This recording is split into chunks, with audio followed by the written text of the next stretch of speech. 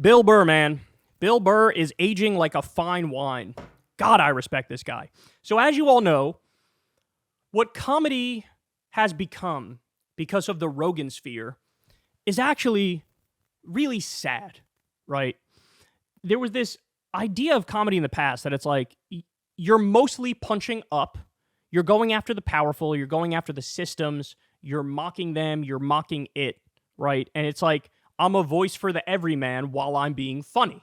That was like the idea of comedy. That was like, you know, that's the Bill Hicks, that's the George Carlin approach.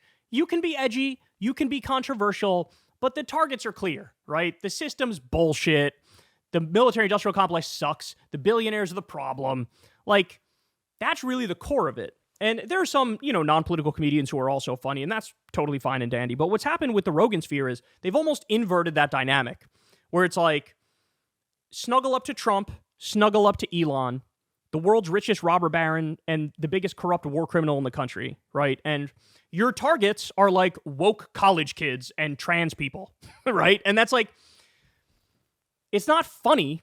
And also, you guys are little establishment bitches who suck up to power, right? Rogan's getting invited to Mar-a-Lago. People are supposed to believe he's some sort of outsider and he's against the mainstream. Bitch, you are the mainstream now, right? So it's kind of a shame what's happened to comedy. So many of these guys have gone down that rabbit hole. We just covered Andrew Schultz the other day, giggling with Megyn Kelly about how, isn't it so much fun when Trump threatens to steal Greenland?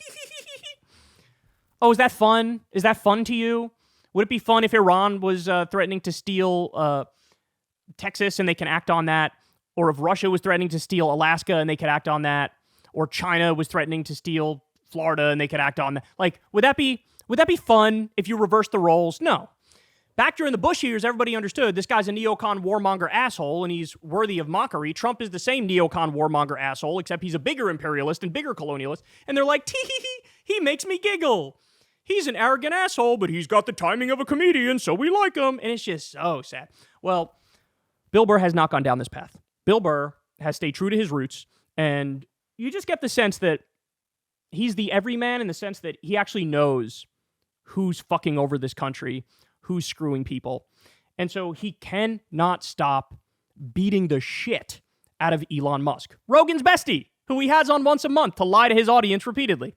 So here we go. This is the new one. Apparently he was doing some interview with NPR or something, and he hits us with this banger, going after not only NPR, but the smug, do-nothing, can't-fight liberals. Here we go. Where my comedy act is right now is I'm trying to get regular people to stop yelling at each other and realize that it's a select few group of nerds, okay, eating raw almonds and doing their stupid workouts and everything and just competing with each other to have the biggest infinity pool, and the rest of us are getting pushed down.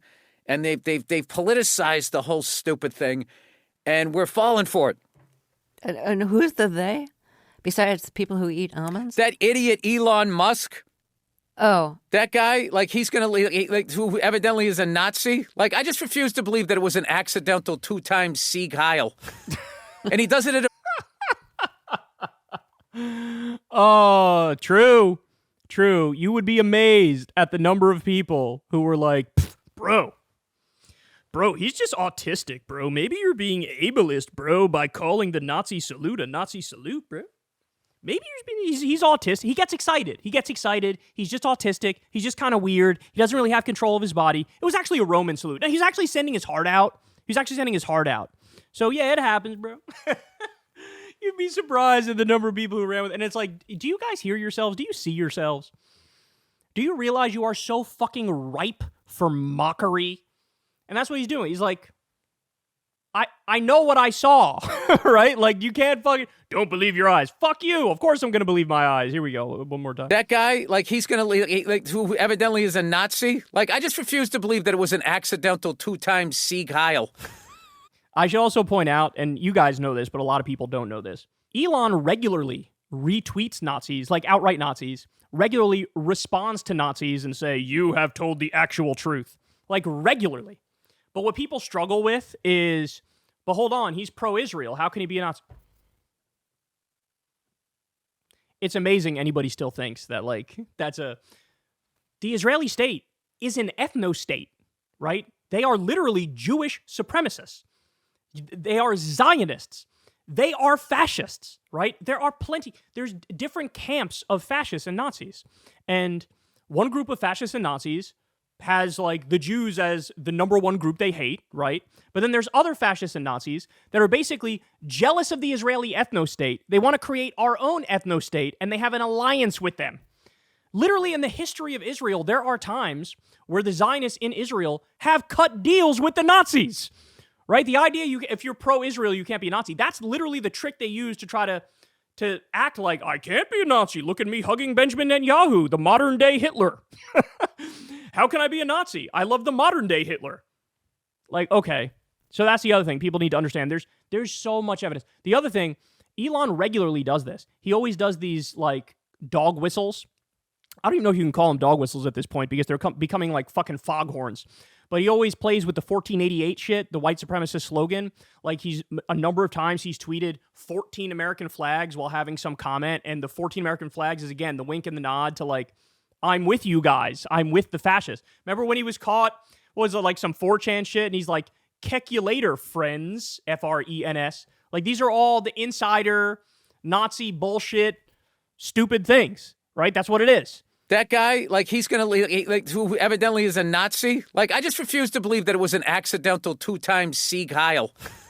And he does it at a presidential inauguration. This is why I hate liberals.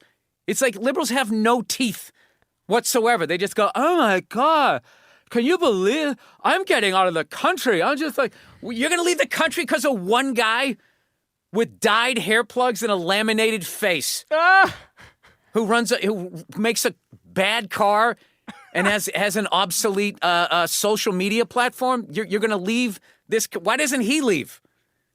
Why isn't he stopped? What are we so afraid of this guy who can't fight his way out of a wet paper bag? That's why I've been screaming, deport Elon Musk. I think now we're past that. He's committed so many crimes that it's arrest Elon Musk. But fucking deport him. He came here as an illegal immigrant. Mr. I hate illegal immigrants and I'm going to shit on them 24/7. No, most of the illegal immigrants, undocumented immigrants that come in this country are hardworking, good people. You are not. You are a criminal. You are a fraudster. And so he came as an undocumented immigrant, and he's also, by the way, as I always point out, the biggest welfare queen in the country. The biggest welfare queen. He takes $8 million a day in tax money, $38 billion in subsidies for his businesses, and then he launches rockets that explode. Like, what are we talking about? And Bill Burr's point is, fight this fucking asshole, right? Don't be weak. Don't be toothless. If you're a liberal or you're a leftist, fucking stand up, call a spade, and fight. Fight. But unfortunately, it's a lot of like, again, this is epitomized by like Gavin Newsom, right? The right has the power, so let me snuggle up to them a little bit. I'll have Steve Bannon on the podcast and Charlie Kirk and Michael Savage and make nice with them and play footsies with them and break out the hot stones for a massage. And, I'm one of the good ones. Pat me on the head. I'm one of the good liberals who can understand where you're coming from. Look, that reaction, I believe, was somewhat merited in 2016. Trump said a lot of things on the campaign trail that were not like a typical Republican. It wasn't like George W. Bush. It wasn't like Dick Cheney. He was saying very clearly, I'm not going to catch you Social Security. I'm not going to catch you Medicare. I'm not going to catch you Medicaid. I'm not going to let the jobs be outsourced anymore, folks. He pretended like, I'm going to represent to one extent or another the working class. Well, guess what? It was all lies. All of it was fucking lies. We lost 200,000 manufacturing jobs under him. He did not give a fuck about the working class. Right now, this term, he just killed a Biden bill, which would have created 115,000 new high-paying manufacturing jobs. He killed it. He froze the funding. He doesn't care about you. He doesn't care about working people at all. That's why they killed the anti-scam police, the CFPB, right? So now we have the results, y'all. We have the results. All of his bullshit was bullshit in 2016. He ran a better campaign, but he was a liar. Also, I'm Mr. Anti-War. Really? You increased drone strikes 432%. You dropped the Moab on Afghanistan. You bragged about occupying a third of Syria to take the oil. You ripped up the Iran agreement, right? Please, you weren't anti-war. You weren't pro-worker. The record is in. Enough with the fucking bullshit. Enough with, maybe they'll find a way to, maybe they'll do something good and be populist and shut the fuck up. No, they won't. They're not going to. They already haven't. Right-wingers say they love free speech. Maybe they'll protect free speech. As they arrest a pro-Palestine protester who did nothing wrong and was just standing up against the genocide in Gaza. Spare me. Fight. I'm done. Fight. I don't want to hear it. I don't want to meet them halfway, negotiate. They're fucking liars and charlatans and con men and frauds and fascists and Nazis and authoritarians and every negative word you can think of. That's what they are. He knows that. You need to know that too.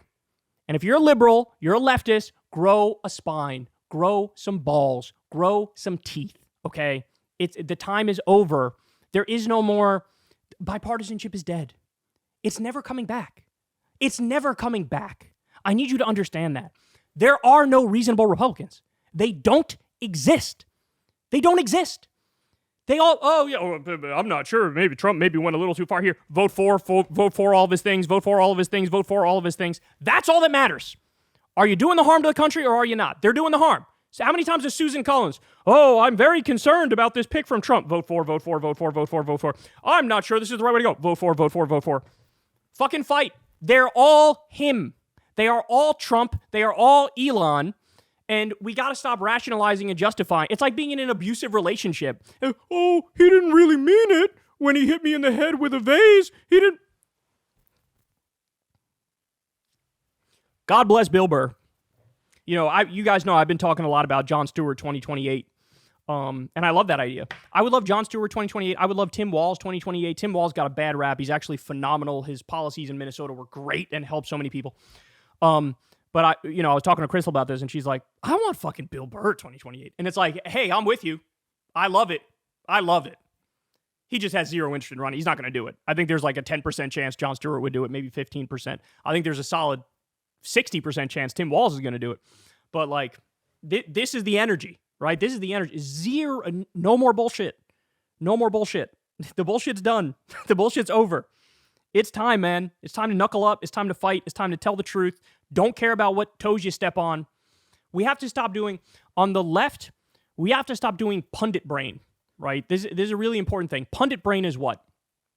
Always calculating, what's the thing I should say to appeal to the most people I can appeal to. It's like a macro level view of if I say this thing and if I do that thing, then that'll tick it up 2%.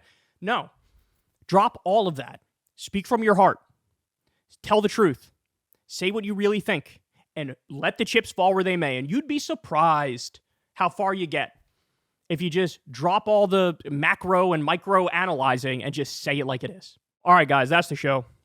Love you all very much, man. You guys know the drill. Everybody, please subscribe to the channel. That helps out big time and costs you nothing. You can click that bell icon so you get a notification every single time a video drops. And of course, much love to everybody who supports this show on Patreon. Can't do it without you. This is real independent media, not fake independent media. Never had a conversation with an advertiser or a corporation or a company or a billionaire or a government. You guys fund this show from the ground up, and we have the default ads on YouTube, and that's it. And it's never going to change. You're never going to see me do an ad read. I'm never going to do it. Okay, so support the show if you can. If not, I still love you. You could also support Crystal Kyle and Friends on Substack. $5 a month gets you every interview, and it gets to you a day early. All right, guys, I love you all, and I'll see you tomorrow. Peace. Hey, y'all, do me a favor and like and subscribe. It helps out big time in the algorithm. Click the bell as well for notifications when videos drop, and watch that video on screen right now. You know you want to.